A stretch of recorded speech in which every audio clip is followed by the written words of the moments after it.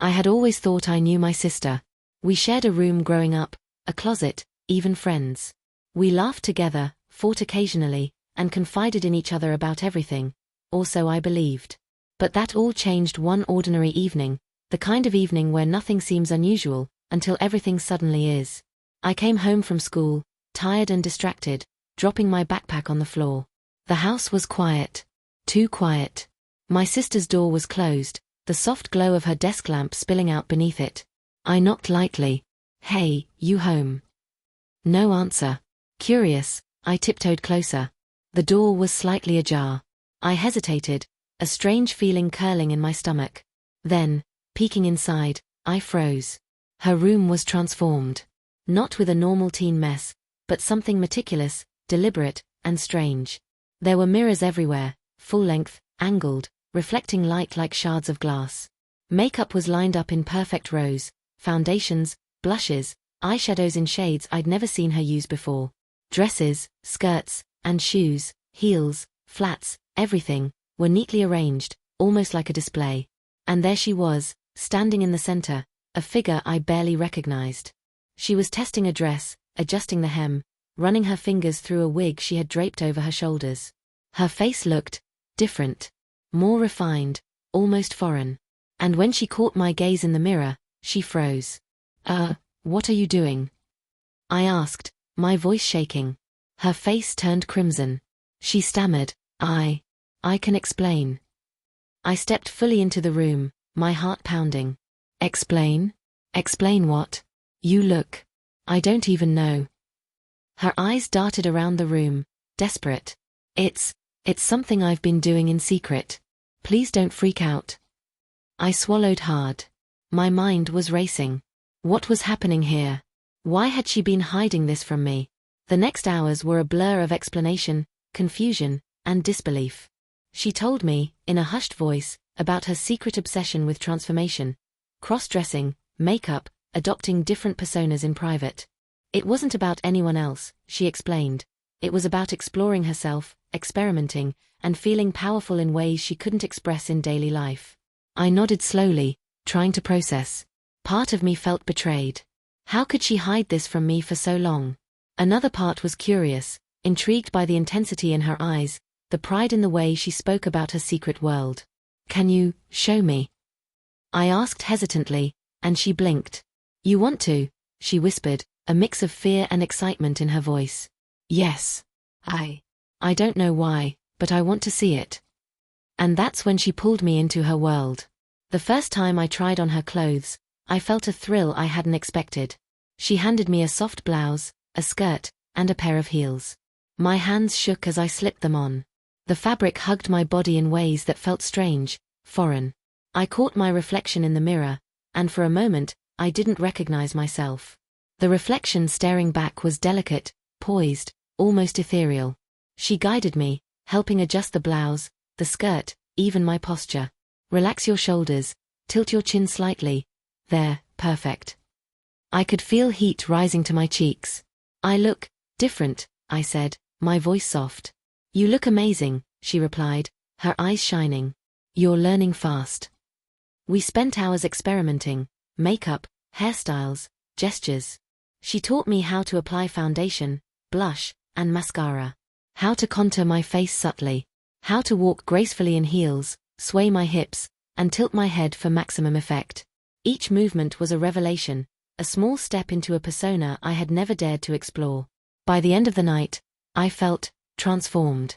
Not just in appearance, but in mindset. I was hyper-aware of every gesture, every tilt, every nuance.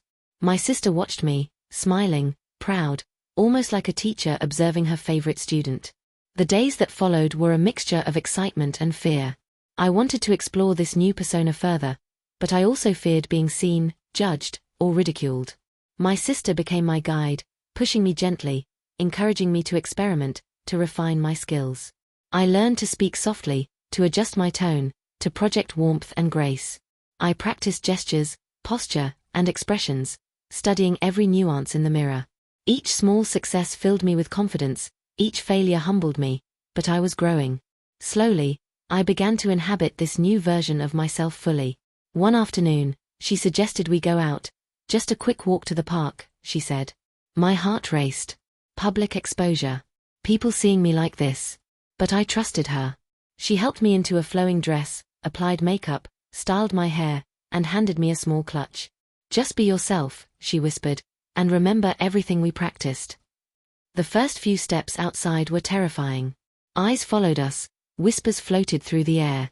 My heart pounded with every glance. But with each step, I began to feel a strange thrill. People were noticing, yes, but they were responding to presence, confidence, and grace, not just clothing. I began to relax slightly, sway naturally, tilt my chin, smile. By the time we returned home, I felt exhilarated. Fear had mingled with excitement, and I realized I was discovering something powerful. The ability to command attention, to inhabit a persona fully, to explore aspects of myself I had never acknowledged. Over the next few weeks, we continued our experiments. I tried different outfits, makeup styles, even hairstyles. I learned subtle gestures, the art of conversation, and the power of expression. My sister guided me, correcting small mistakes, praising successes, pushing me to explore boundaries. School became a new challenge. I wore subtle changes, slightly softer makeup, a more graceful posture. Friends noticed, complimented, and whispered. Each interaction was a test of poise and self-control. And each time I succeeded, I felt a thrill, a rush of confidence I had never experienced before. One evening, my sister suggested I try something bolder. A social event with friends, fully dressed, makeup perfect. My stomach churned with anxiety, but I trusted her. As we arrived, I felt the full weight of scrutiny. Eyes followed, whispers floated, and I felt exposed. But I moved carefully, gracefully, and for the first time, I noticed the thrill, the subtle power in commanding attention without fear. By the end of the night, I had learned something crucial. Confidence wasn't just about appearance, it was about presence, awareness, and owning each moment. Fear was inevitable, but mastery came from practice, persistence, and courage. The climax came unexpectedly. One afternoon, a close friend spotted me fully dressed in the park. Their eyes widened, a mixture of shock and curiosity on their face. My heart raced. Exposure loomed. "Whoa, is that you?" they asked, hesitant. I froze. For a heartbeat, panic threatened to consume me. Then I remembered my sister's guidance, posture, voice, grace. I tilted my chin, smiled lightly, and said softly, "Yes, just experimenting." The words were careful, deliberate, but the confidence behind them was real. I realized then that I was no longer just exploring, no longer just playing. I was inhabiting this identity fully, owning it, thriving within it. From that moment on, I embraced the transformation completely.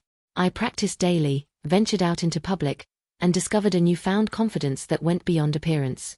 My sister continued to guide me, but I was no longer dependent.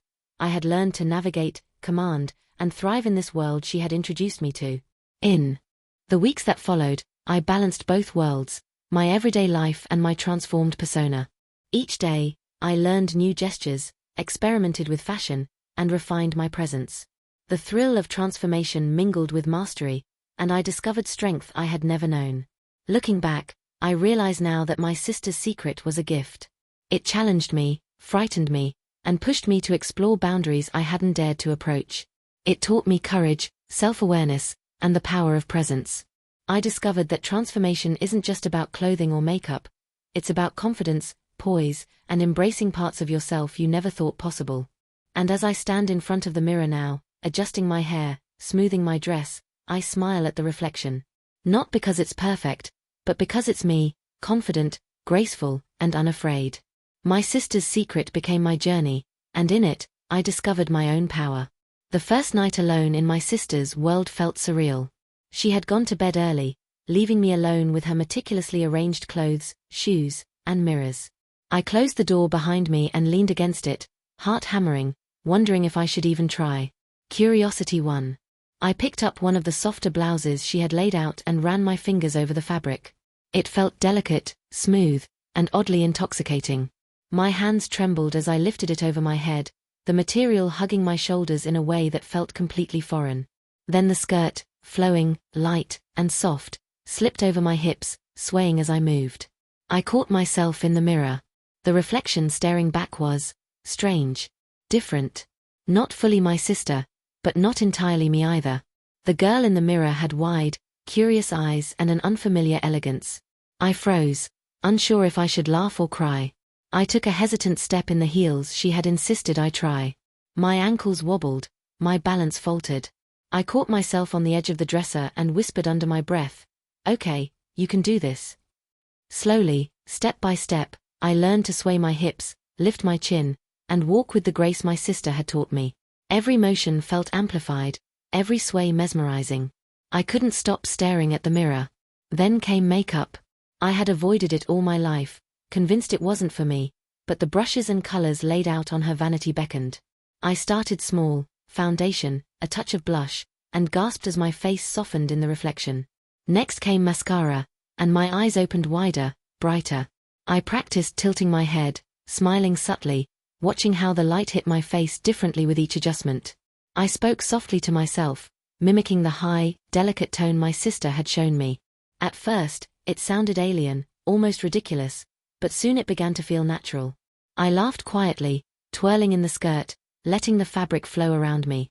A strange thrill pulsed through me, a mix of fear, embarrassment, and excitement.